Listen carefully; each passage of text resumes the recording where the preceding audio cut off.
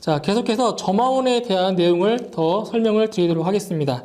자, 지난 시간에 그 인화점에 대해서 설명을 드렸었는데 설명을 못한 부분이 조금 있어서 그 인화점 마저 설명드린 다음에 다음 설명하도록 하겠습니다. 자, 일단 인화점이라고 했던 것이 점화원이 이제 주어졌을 때 연소할 수 있는 최저 온도를 자, 인화점이라고 했습니다. 그럼 그 교재에 나와 있는 그 내용들을 한번 살펴보면 자, 인화점이라고 하는 것이 첫 번째 휘발성 물질에 불꽃을 접하여 연소가 가능한 최저 온도다. 여기 나왔죠. 불꽃을 접하여. 바로 점화원이 주어졌을 때 그때 연소가 가능한 최저 온도라는 겁니다. 다음 두 번째, 가연성 증기 발생 시 연소 범위의 한계에 이르는 최저 온도다. 자, 이것은 아까 지난 시간에 연소 범위의 한계와 그 인화점은 같은 맥락으로 본다라고 말씀드렸었죠? 그 말입니다. 연소 범위의 한계와 한계에 이르는 최저 온도다라는 것. 다음 세 번째, 가연성 증기를 발생하는 액체가 공기와 혼합하여 기상부에 다른 불꽃이 닿았을 때 연소가 일어나는 최저 온도. 같은 말이죠? 불꽃이 닿았을 때 연소가 일어나는 최저 온도다. 다음 네 번째, 위험성 기준의 척도. 자, 이거 빨간색으로 밑줄 한번 쳐주세요. 위험성 기준의 척도. 자, 이것은 무엇이냐면, 이제 다음 시간에 위험물에 대해서 설명을 해드릴 건데, 그 위험물 중에 제4류 위험물 중에서 바로 그 특수 인화물과 제1석유류, 제2석유류, 제3석유류, 제4석유류가 나옵니다. 바로 그 석유류를 구분할 때의 그 기준을 갖다가 바로 인화점을 이용해서 나눈다라는 것. 그게 바로 위험성 기준의 척도라는 말입니다. 이것도 시험에 나왔기 때문에 위험성 기준의 척도는 바로 인화점이다라는 거 기억을 해두시면 좋을 것 같습니다. 다음 다섯 번째, 가연성 액체의 발화와 깊은 관계가 있다. 다음 여섯 번째, 연료의 조성, 점도, 비중에 따라 달라진다. 자, 이 정도 교재에 나와 있는 내용 한번 읽고 넘어가시면 될 것 같습니다. 자, 그 다음 이번에는 이제 연소점. 자, 연소점에 대해서 설명을 하겠습니다. 연소점. 자, 연소점이라는 것은 무엇이냐면 바로 인화점보다는 약 5에서 10도 정도 높은 온도로서 바로 연소가 지속적으로 진행할 수 있는 온도, 진행하게 할 수 있는 온도가 바로 연소점이라는 겁니다. 즉 연소점이라고 하는 것은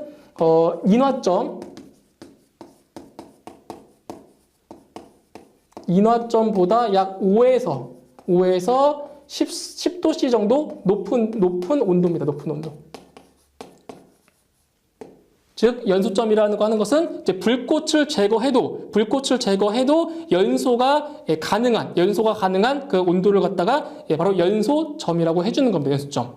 그럼 여기서 알 수 있는 게 무엇이냐면 바로 우리가 지난 시간까지 배웠던 게 자, 지금까지 연소점 배웠고 그 다음에 인화점 배웠죠. 인화점. 그리고 발화점 배웠죠. 바로 이 세 가지 온도의 크기를 비교할 수가 있다는 겁니다. 자, 지난 시간에 말씀드렸지만 발화점은 인화점보다 더 높다라고 했었죠. 그죠? 같은 물질에 대해서. 그리고 이제 연소점 같은 경우는 인화점보다 5에서 10도 정도 높다고 했죠. 이게 바뀌었네요. 연소점이 인화점보다 인화점이 제일 낮겠죠. 그죠? 그러니까 연소점이 인화점보다 더 높다라는 것을 알 수 있습니다. 그래서 순서는 인화점, 연소점, 발화점 이러한 순서대로 온도의 크기를 비교할 수가 있는 겁니다. 그러니까 인화점이라는 것은 불꽃을 가했을 때 연소할 수 있는 최저 온도. 연소점이라는 것은 인화가 된 상태에서 연소가 계속 진행될 수 있는 온도가 연소점. 즉 불꽃을 제거해도 계속 연소가 가능한 온도가 바로 연소점이 되는 것이고, 일단 발화점 같은 경우는 점화원 없이 스스로 연소할 수 있는 최저 온도가 발화점이다. 이렇게 세 가지 온도를 비교해서 알아두시면 좋을 것 같습니다.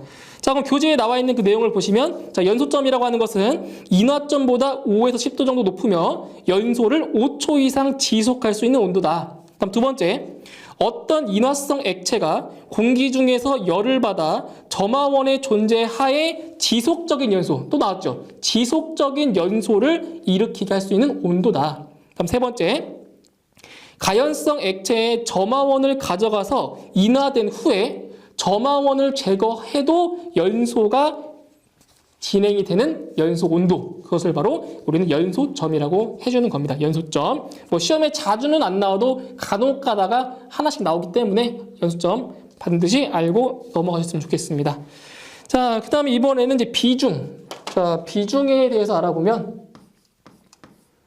자, 일상생활에서 비중이라는 말은 몇 번 들어보셨을 거예요. 비중이라는 말은. 자, 이 비중은 일단 그 문제가 어떻게 나왔냐면은 비중의 정의를 물어보는 문제가 나왔습니다. 뭐 비중을 계산하는 문제는 또 따로 나오지만 일단 기본적인 비중에 대해서 정의를 물어보는 문제가 간혹 가다가 나왔기 때문에 일단 비중에 대한 정의가 무엇이냐면 바로 어떤 물체, 어떤 물질의 질량과 그리고 같은 부피를 가진 표준 물질의 질량과의 비율이 바로 비중이다. 자, 중량, 비중이 뭡니까? 바로 중량의 비율이다. 중량의 비율이다. 자, 어떠한 물질의 질량과 그 물질의 부피와 같은 표준 질량과의 비율, 그것을 바로 비중이라고 해줍니다.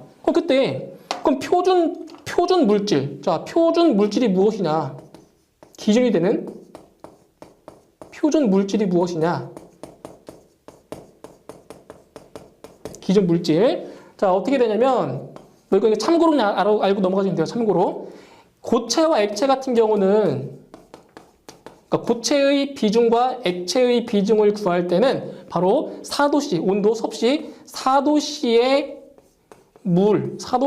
물의 비중을 1로 놓고 계산하는 겁니다. 즉 무슨 말이냐면은, 자, 어떠한 액체의 비중을 구했습니다. 자, 4도씨의 물의 비중을 1로 놨을 때 어떠한 액체의 비중을 구했더니 그 비중이 예를 들어서 1.5가 자, 나왔다고 하면 어떻습니까?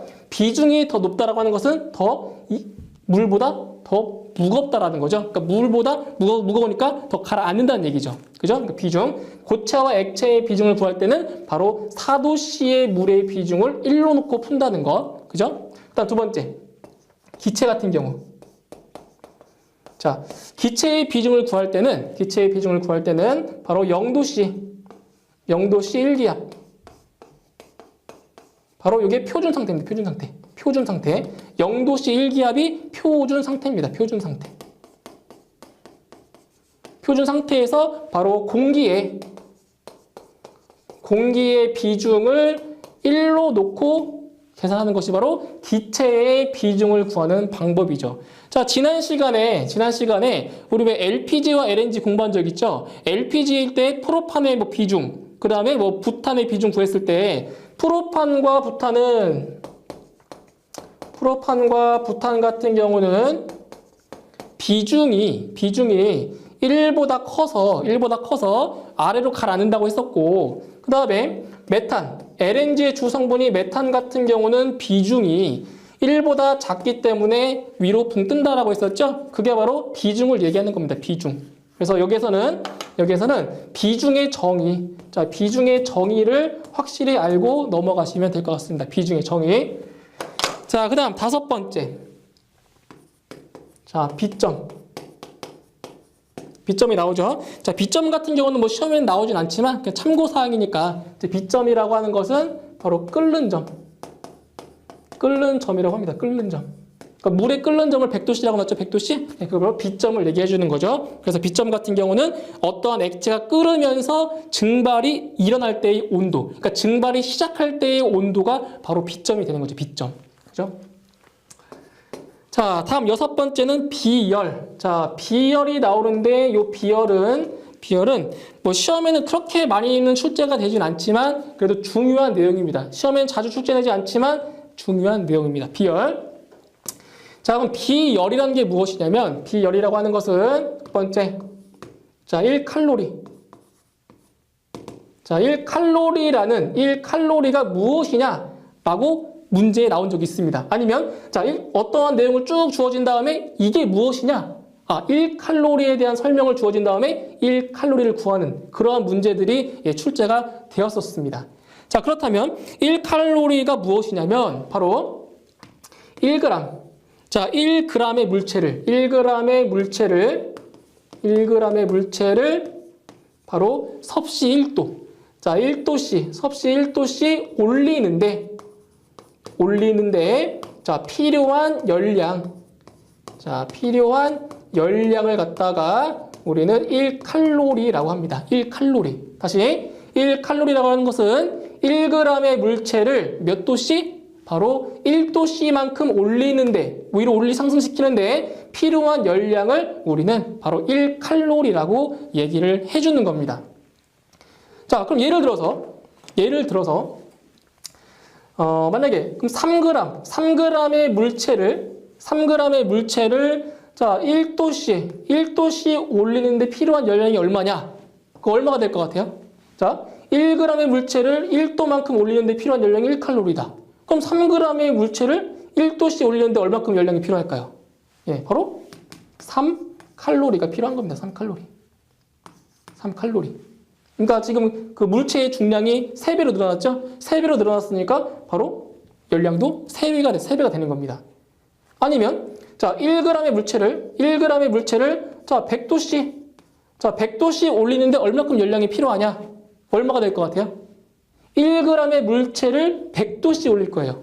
자, 1g의 물체를 1도씨 올릴 때마다 필요한 게 1칼로리죠. 근데 100도씨 올렸으니까 몇 배? 100배죠. 같은 질량일 때 100도만큼 올렸어요. 그럼 몇 칼로리? 100칼로리. 100칼로리가 필요하게 되는 거죠. 이게 바로 비열이에요, 비열. 아시겠죠? 비열. 1칼로리는 1g의 물체를 1도씨만큼 올리는데 필요한 열량이다. 라는 거, 요 정의 반드시 암기해 두셔야 돼요. 정의. 자, 두 번째. 자, 1BTU. 자, 1BTU라는 것은 뭐 시험에 한두 번 나왔었는데, 이 BTU라는 게 무엇이냐면, 바로 영국에서 사용하는 열량의 단위가 바로 이 BTU입니다. BTU. 1BTU. 그래서 1BTU 같은 경우는 1파운드. 1파운드의 물체를 바로 섭씨 온도가 아닌 화씨 온도, 화씨 1도. 자, 화씨 1도만큼 올리는데 자, 필요한 열량이다. 뭐 이 정도만 알고 계시면 돼요. 필요한 열량이다라는 거. 자, 단위가 틀려졌죠. 단위가. 자, gram이 아니라 1파운드의 물체를 화씨 1도만큼 올리는데 필요한 열량이 바로 1BTU다. 그다음에 하나만 더. 1CHU. 이거는 뭐 시험에 나온 적 없어요. 1CHU. 자, 이것은 뭐냐면 바로 1칼로리와 1BTU를 합쳐놓은 거예요. 다시 말해서 1CHU라고 하는 것은 1파운드의 물체를 섭씨 1도씨만큼 올리는데 필요한 열량이다. 예, 이 정도만 알고 계시면 큰 문제 없을 것 같습니다. 필요한 열량이다.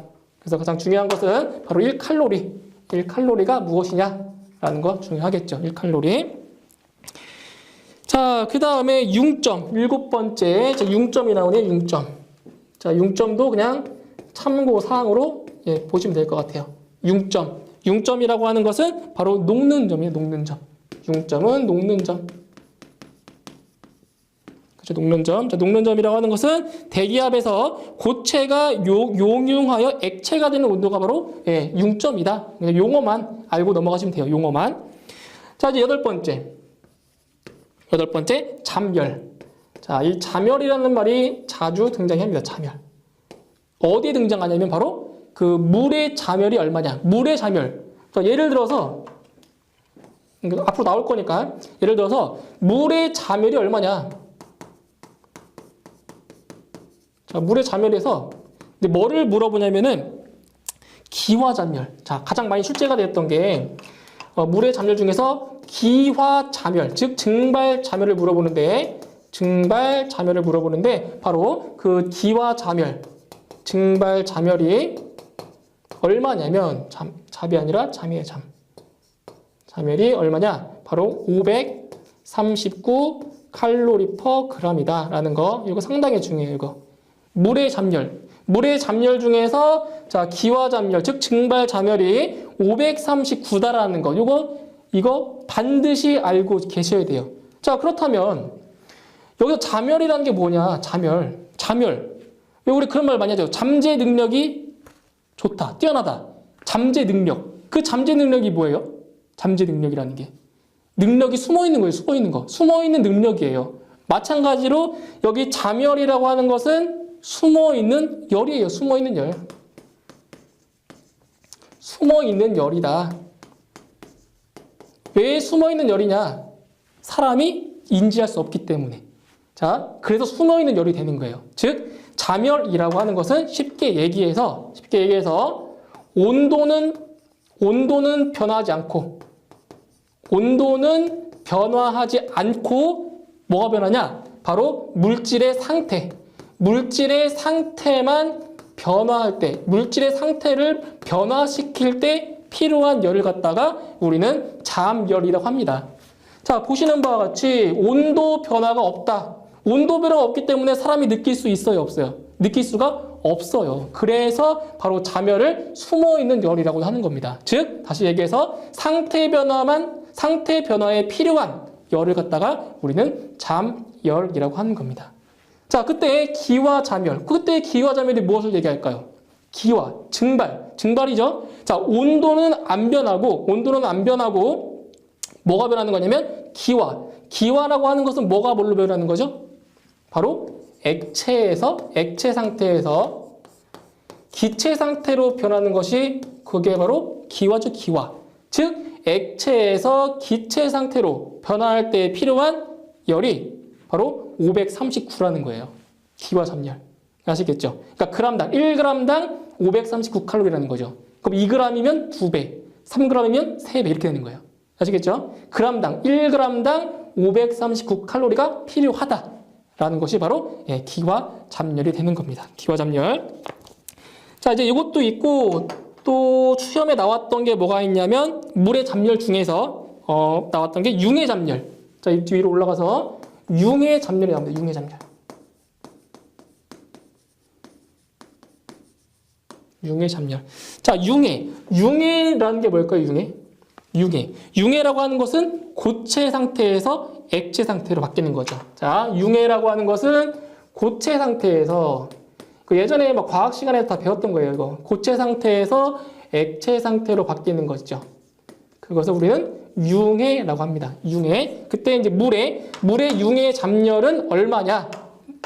융해 잠열은 바로 80 칼로리 퍼 g이 되는 겁니다. 그러니까 1g당 80칼로리가 필요하다는 거죠.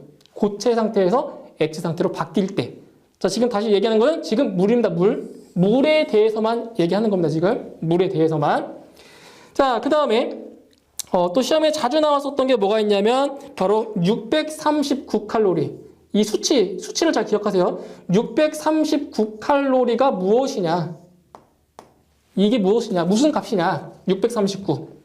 자, 잘 보시면 이 639라는 값이 어떻게 나온 거냐면 우리 좀 전에 그 물의 기와 잠열이라는 게 539라고 했죠. 그럼 639라는 것은 539에다가 100을 더한 거거든요. 100을. 그러니까 539칼로리에 100칼로리를 더했어요. 근데 이 100칼로리가 뭐냐? 100칼로리가 아까 1g의 물체를 1도씨 올리는데 필요한 열량이 1칼로리였어요. 자, 그렇다면 자, 1g의 물체를 100도씨 올리는데 필요한 열량이 얼마라고 했죠? 바로 100칼로리라고 했습니다. 100칼로리. 그게 바로 여기 100칼로리인 거죠. 100칼로리. 자, 다시 얘기해서 무슨 말이냐면 639칼로리라고 하는 것은 자, 1g의 물의 이제 물체가 아니라 1g의 물을 100도씨에 자, 수증기로 만드는데 필요한 열량이 바로 639칼로리라는 거예요. 639칼로리. 자, 보세요. 1g의 물을 100도씨로 만들어야 되죠. 그죠? 온도를 높여야 되죠. 그러니까 왜냐면 그 물의 끓는 점이 100도씨이기 때문에 100도씨까지 올려야 수증기로 변하는 거니까요. 그죠? 1g의 물을 100도씨만큼 만드는데 필요한 열량이 그게 바로 100칼로리라고 하는 것이고, 그 다음에 이 물이라는 것은 액체예요, 액체. 그죠? 그리고 수증기라고 하는 것은 기체거든요. 기체. 자, 뭐가 변했어요? 바로 액체 상태에서 기체 상태로 변했죠. 즉 액체 상태에서 기체 상태로 변하는 것이 뭐라고? 바로 기화라고 했죠. 기화. 그죠? 아까 기화 잡열이 바로 539라고 했습니다. 그래서 여기 100 플러스 539를 해서 바로 639라는 이러한 값이 나오는 거죠. 자, 이거 이해를 못 하시면 그냥 암기하시면 돼요. 1g의 물을 100도씨의 수증기로 만드는데 필요한 열량? 639. 암기하시면 돼요. 하지만 이렇게 이해를 하고 가시면 암기하시기가 더 수월하다는 거 말이죠. 그죠? 639라는 게. 자, 이제 하나 더 있어요. 639 말고. 그리고 시험에 자주 나오는 게 719칼로리. 이것도 문제에 나와요. 뭐 어떤 설명 쭉 준 다음에 그게 뭐냐? 아니면 이 719라는 값이 구해지게 계산 문제로도 나와요. 계산 문제로도. 그래서 이 내용, 이 과정을 좀 아시면 이 719라는 값을 구할 수가 있는 거예요. 719. 자, 그럼 719는 또 어떻게 나왔냐? 잘 보세요. 639랑 719랑 비교해 보세요. 얼만큼 차이 나죠? 빼보세요. 빼면 바로 80. 요 80이라는 값이 나와요. 80만큼 차이가 나요. 자, 그럼 무슨 말이냐? 이 719칼로리라고 하는 것은 잘 보세요. 1g의 물이 아니라 1g의 얼음. 1g의 얼음을 100도씨의 수증기로 만드는데 필요한 열량이 바로 719칼로리라는 거예요. 자, 좀 더 세세하게 설명드릴게요. 719칼로리는 잘 보세요. 80도 더하기 그 다음에 100도 더하기 539를 하면 719가 정확히 나와요.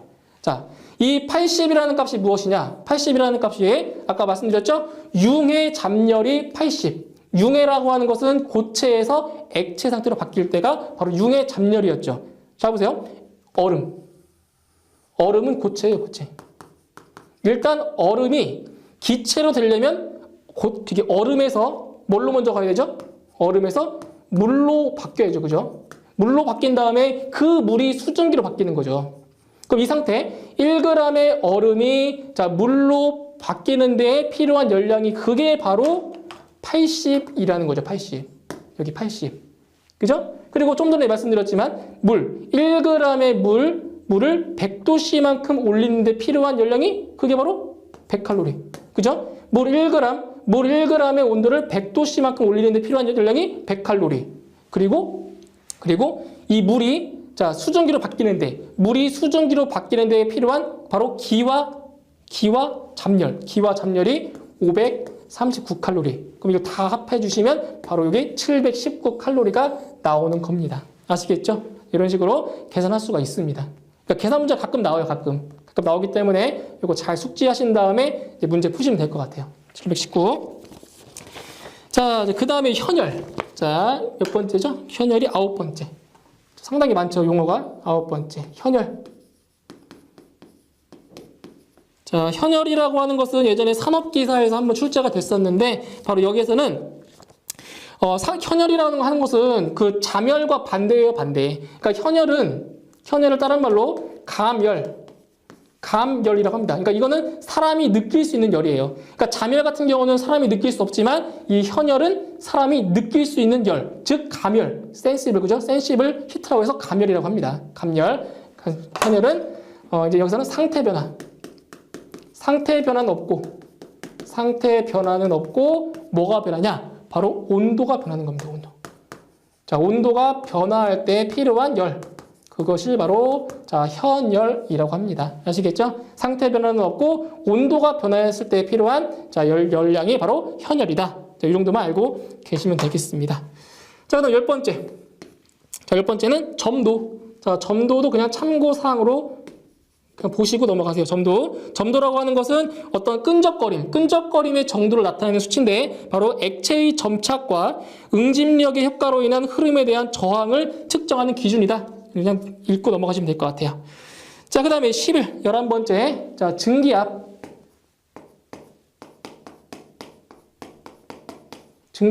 증기압을 다른 말로 자, 대기압이라고 합니다. 대기압.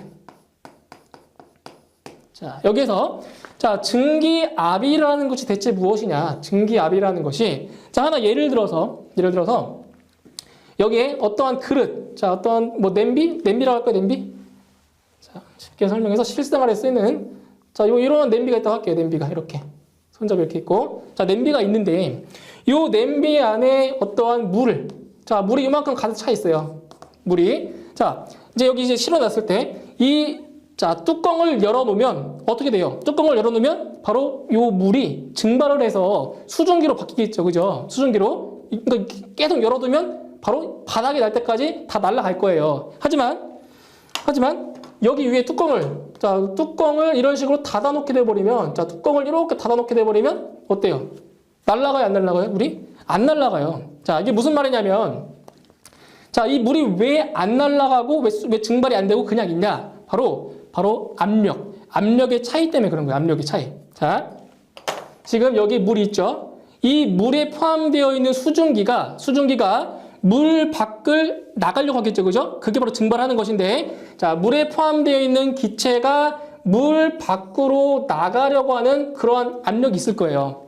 그리고 우리 공기 중에도 어떠한 기체가 있겠죠. 그 기체가 또 이 물에 들어오려는 그러한 성질들이 있단 말이에요. 그런데 이게 뚜껑을 딱 닫아놓으면은 왜 증발이 안 되냐? 바로 이 물에 있는 기체가 나가려는 압력과 그리고 물 밖에 있는 기체가 들어오려는 압력이 같아지기 때문에 물이 증발하지 않고 그대로 있는 거예요. 그 기압을 갖다가 바로 증기압이라고 해주는 겁니다. 증기압. 그러니까 기압이 평형 상태가 됐을 때의 압력을 증기압이라고 불러주는 겁니다. 그 교재에 이제 나와 있는 적혀 있는 내용을 보시면, 그러니까 증기압의 정의에 대해서 문제가 나왔었던 게 있어요. 정의에 대해서. 자, 어떤 물질이 일정한 온도에서 열 평형 상태, 그죠? 열 평형 상태가 되는 증기의 압력을 증기압이라고 하는 겁니다. 두 번째, 증기가 액체와 평형 상태에 있을 때 증기가 새어 나가려는 압력을 갖다가 증기압이라고 불러주는 거죠. 그 두 가지 내용 알고 계셔야 돼요. 그 두 가지 내용을 딱 주어진 다음에 이게 뭐냐? 그렇게 물어봅니다. 답은 증기압이 되겠죠. 증기압. 자, 그 다음에 밑에 두 번째 보시면 증기압의 특성이 나오는데, 이 증기압의 특성은 시험에 나왔던 적이 없어요. 그 증기압의 특성 같은 경우는 그냥 눈으로 한번 쭉 읽고 넘어가시고, 시험에 나왔었던 거는 바로 증기압의 단위. 자, 증기압의 단위는 알고 계셔야 돼요. 증기압의 단위는 자주 물어봤기 때문에 이 단위는 반드시 암기를 해 주셔야 됩니다. 그죠? 그 내용은 이제 ATM도 있고, 그죠? 미리 수은주도 있죠. 써볼까요, 한번? ATM. 증기압, 기압의 단위입니다. 기압의 단위. 그리고 수은주. 그럼 써보시면서 암기하시는 게 좋아요. 그냥 눈으로 보시는 것보다. 킬로그램/제곱센티미터. 이런 게 있고. 그 다음에, 그러니까 이게 실기에도 나오기 때문에, 이 단위가. 실기에도 나오기 때문에 알아두시면 되게 좋겠죠. 그죠? 실기에서도 써먹을 수 있으니까. 그 다음에, 미리 아쿠아. 그 다음에 푸사이라고 하죠. 그 다음에 파운드/제곱인치 이런 것들. 그 다음에 파스칼. 그 다음에 뉴턴 제곱센티미터. 그리고 미리바. 자, 이러한 것들이 바로 증기압의 단위로 쓰고 있으니까 이 종류들을 다 암기를 하셔야 됩니다. 그러니까 보기에 딱 4개 주어진 다음에 아닌 게 하나 딱 있겠죠. 그죠? 그거를 찾으시는 거예요. 증기압의 단위가 아닌 것. 그래서 암기를 해 두셔야 될 것 같습니다. 자, 그럼 이번 시간에는